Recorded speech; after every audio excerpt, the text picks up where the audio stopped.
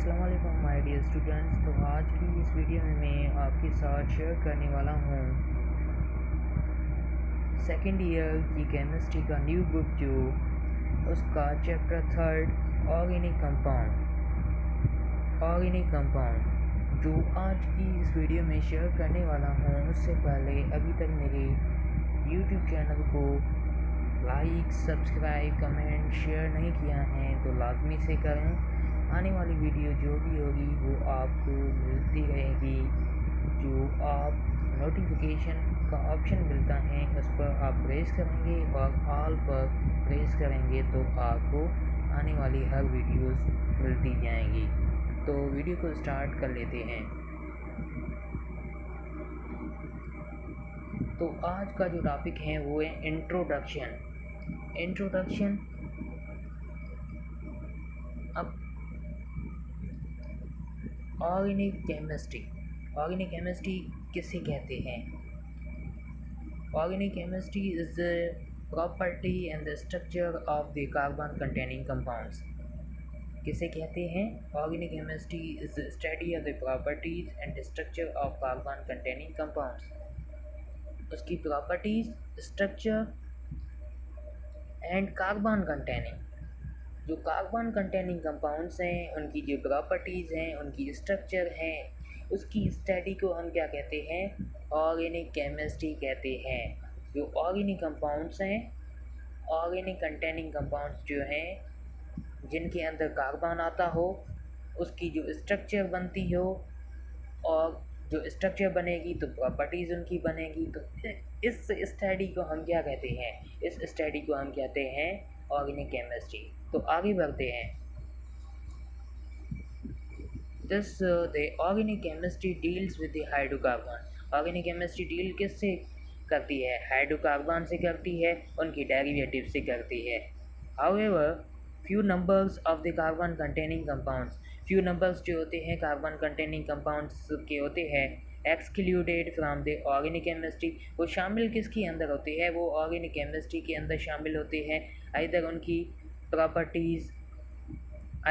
Properties जो होती है, either by their properties or nature of bonding.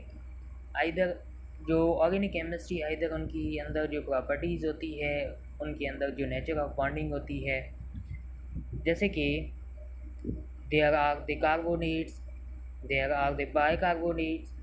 Carbonates होते हैं जैसे कि bicarbonates, cyanides, carbides, carbon dioxide, carbon monoxide, carbon disulphide. ये क्या हैं? ये सारे जो हैं ऑर्गेनिक कंपाउंड्स हैं। इनकी अंदर जो इनकी प्रॉपर्टीज़ इनकी जो प्रॉपर्टीज़ होंगी वो क्या होंगी? अलग होगी। कार्बोनेट की प्रॉपर्टीज़ अलग, बाइकार्बोनेट्स की अलग, साइनाइड्स की अलग, कार्बाइड्स की अलग, कार्बन डाइऑक्साइड की अलग प्रॉपर्टीज़ होंगी। कार्बन डाइऑक्साइड की, कार्बन डाइसल्फाइड की प्रॉपर्टीज़ जो होंगी ये क्या होंगी? सब की अंदर बॉन्डिंग भी क्या होगी? आइदर अलग अलग होगी। उसके बाद बात करते हैं बिफोर 18th सेंचुरी के अंदर बोला गया कि ऑर्गेनिक केमिस्ट्री जो है ये यूज़ करते हैं सिर्फ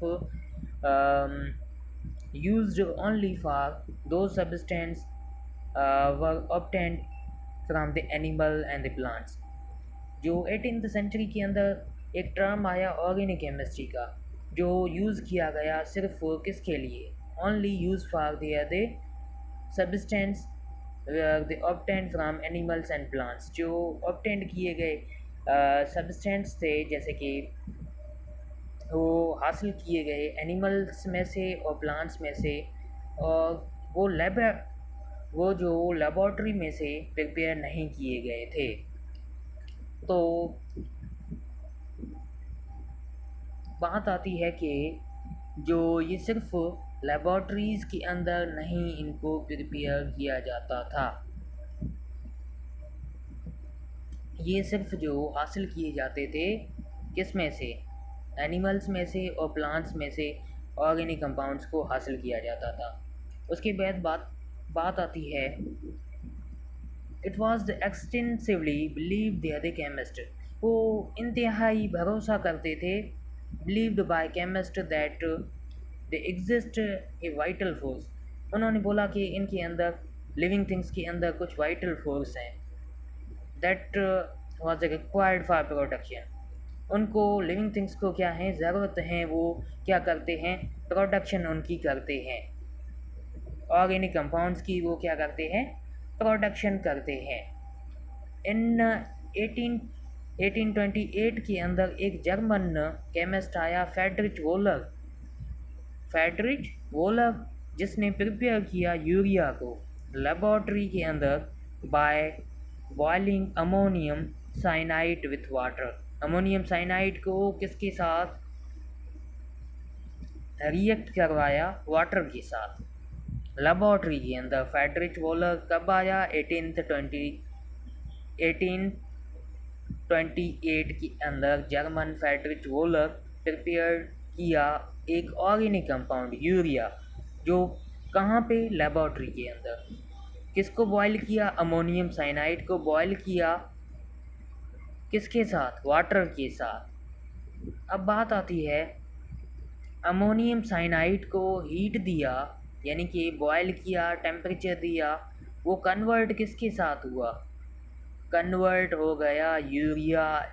it is A organic compound जो लेबोरेटरी के अंदर फेडरिच वोलर ने प्रिपेयर किया 1828 के अंदर उसने प्रिपेयर किया। Urea is a typical organic compound that is exist from the excreted from urine. वो कहाँ से एक्सक्रिएटेड होता है, यूरिन से एक्सक्रिएटेड होता है। और laboratory synthesis of urea by Wohler disapproved।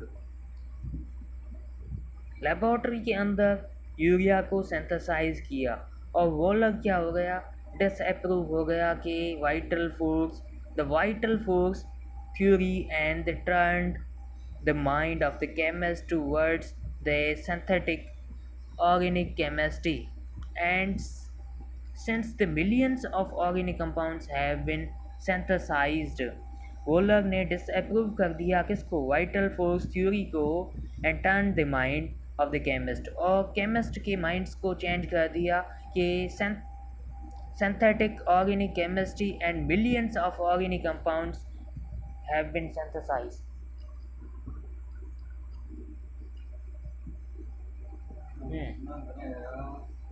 Millions of organic compounds को हम सिंथेसाइज कर सकते हैं। The methane can also be synthesize in the laboratory from the hydrogen carbon monoxide in the presence of catalyst high temperature and moderate pressure पे। जैसे कि carbon monoxide plus में hydrogen का रिएक्शन हुआ और निकल, और ये एज ए हम ने कैटलिस्ट के तौर पर इस्तेमाल किया है, और हमें एक ऑर्गेनिक कंपाउंड मिलता है मीथेन प्लस में वाटर, जो हम कहाँ पे प्रिपेयर करते हैं, लेबोरेटरी के अंदर प्रिपेयर करते हैं। Organic chemistry is the probably biggest sub field in the chemical science and they recognized as a fundamental field all chemists to study and bridge between the chemistry and the biology। एक bridge बन गई है chemistry के बीच में और biology के बीच में। जैसे कि केमिस्ट्री के अंदर केमिकल्स और बायोलॉजी के अंदर एनिमल्स और प्लांट्स ये आ गए हैं, तो इनके बीच में क्या हो गई है, एक ब्रिज बन चुकी है। अब बात आती है सोर्स की। सोर्स कौन से होते हैं? Organic compounds are the abundant in nature.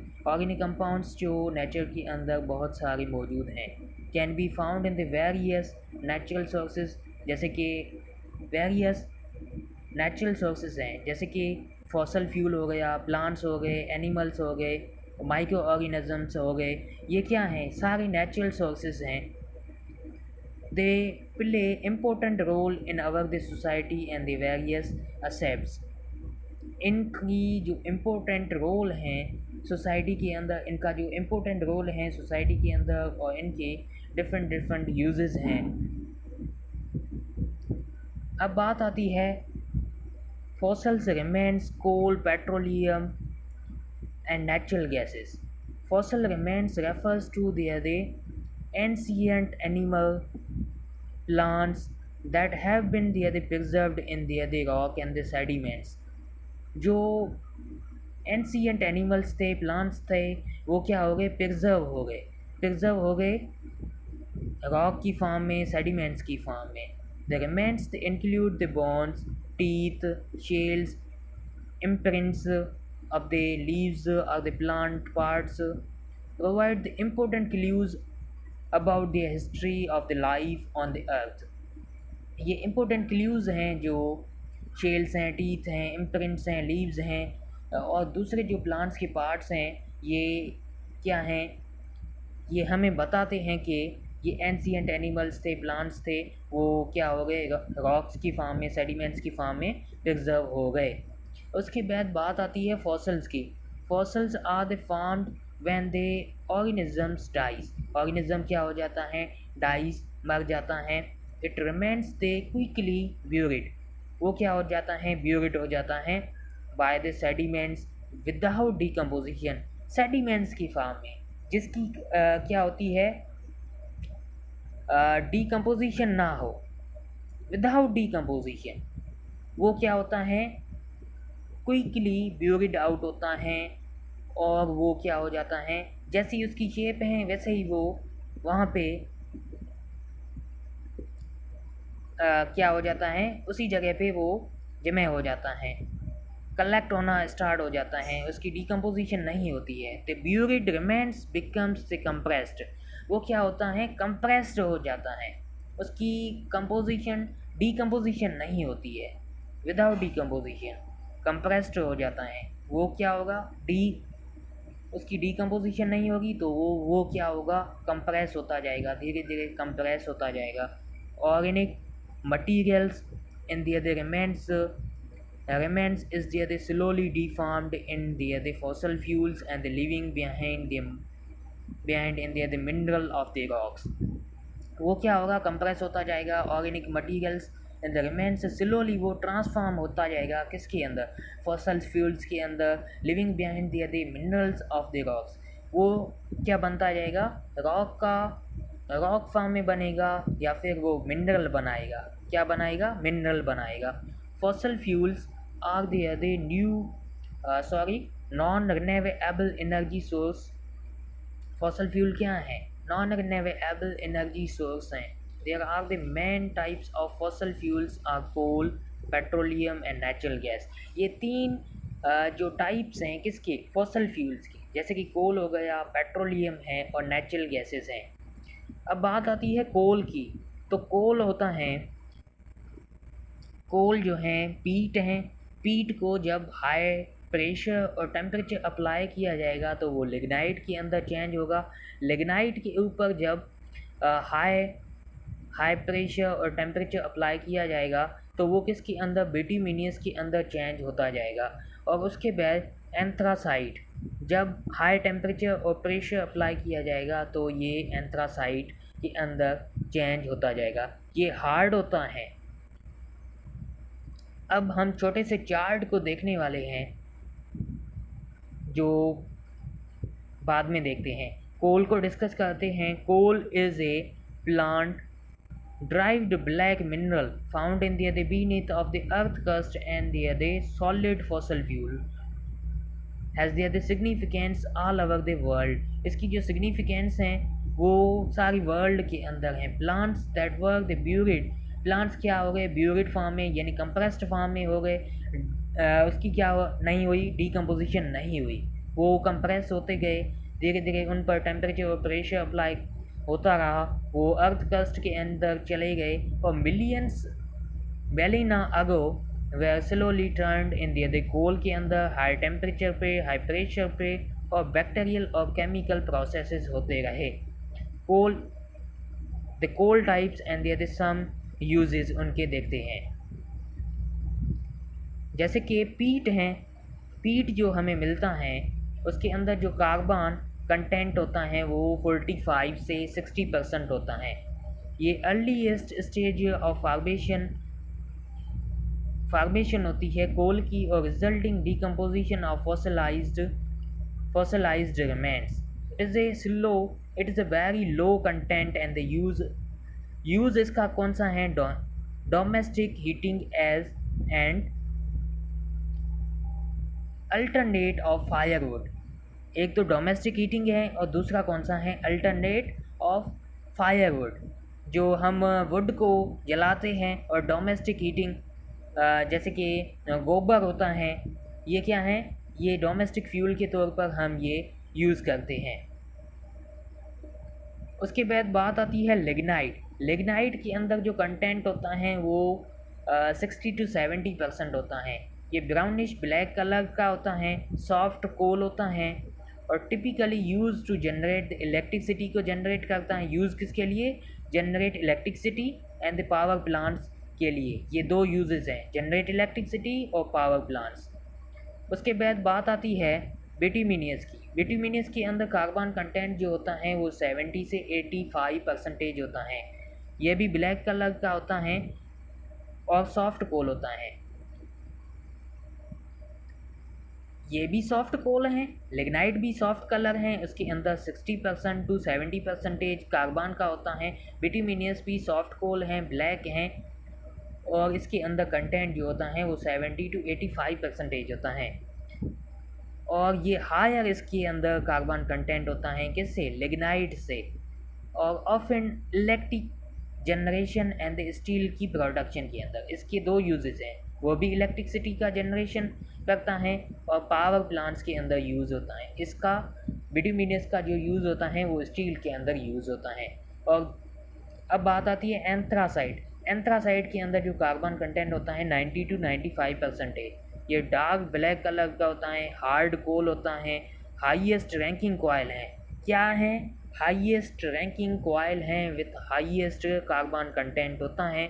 और इसको हम फर्नेसेस यानी कि आपने भट्ठियाँ जो देखी होंगी उसके अंदर हम जो सिरों को पकाते हैं, तो ये फर्नेसेस जो भट्ठियाँ हैं और पावर स्टेशंस हैं, डोमेस्टिक फ्यूल हैं। एक तो हम डोमेस्टिक फ्यूल के तो फर्नेसेस के तो और पावर स्टेशंस जो हैं वहाँ पे हम यूज़ करते हैं। ओके, तो आज का लेक्चर इतना ही काफ़ी है। उसके बाद जो नेक्स्ट लेक्चर होगा वो पेट्रोलियम पे होगा। ओके, तो नेक्स्ट वीडियो में मिलते हैं।